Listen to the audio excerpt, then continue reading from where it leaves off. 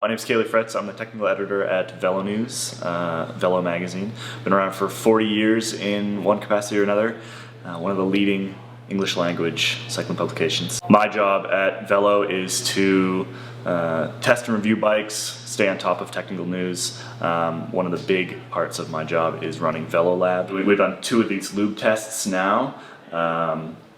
Both of which are using Jason Smith at frictionfacts.com.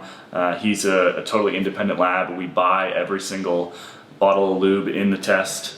The whole goal is to find out the most efficient race day lube. And we scoured all over the place. I mean, he ran everything from olive oil to paraffin wax to all these traditional bike lubes. The paraffin wax has proven to be excellent in all the tests that we've done. And the #1 drip lube is Squirt.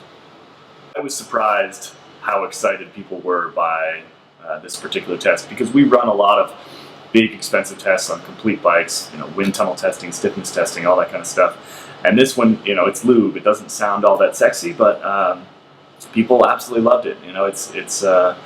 It's close to free speed. I'm Jason Smith, owner of Friction Facts. We're an independent testing facility located in Boulder, Colorado. What we do here at Friction Facts is we test bicycle component efficiency.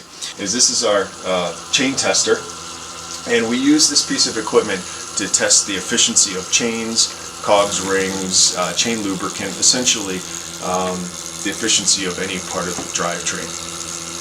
This tester is unique. It's the only type of test equipment in the world that can test to an accuracy of plus or minus 1/50th of a watt. And that's very helpful, because when we test chain lubricants, we need that resolution to really separate the good from the bad performing chain lubricants. Recent Velonews chain lubricant tests are actually quite interesting. Over the last 2 tests, we've tested over 55 different types of lubricants. What we typically do is we test at 250 watts steady state output at 95 RPM.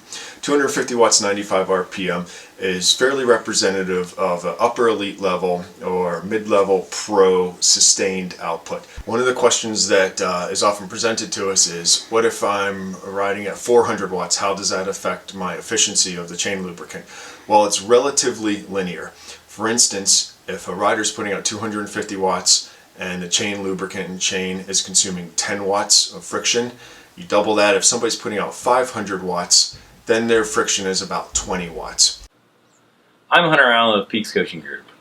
I also wrote the book, Training and Racing with a Power Meter. We coach athletes using power meters and principles that I've developed over the years. These are great principles that allow us to measure our performance in wattage. We have coaches all over the world. They coach everywhere from mountain bikers to road cyclists to riders in the Tour de France and in the Olympics. Our athletes are highly varied, from beginners, again, all the way up to the Olympic level.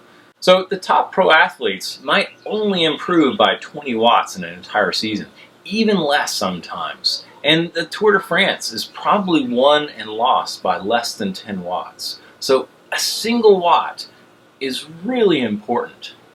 When I use Squirt Lube, the great thing is I know that I'm really saving energy, right? Because that's the name of the game in cycling. Not just producing the most power, but you also want to have really good energy conservation. And if I can save a watt here, a watt there, maybe 4 watts or even 10 watts by using Squirt Lube, that's a big difference, and I'm going to take that advantage.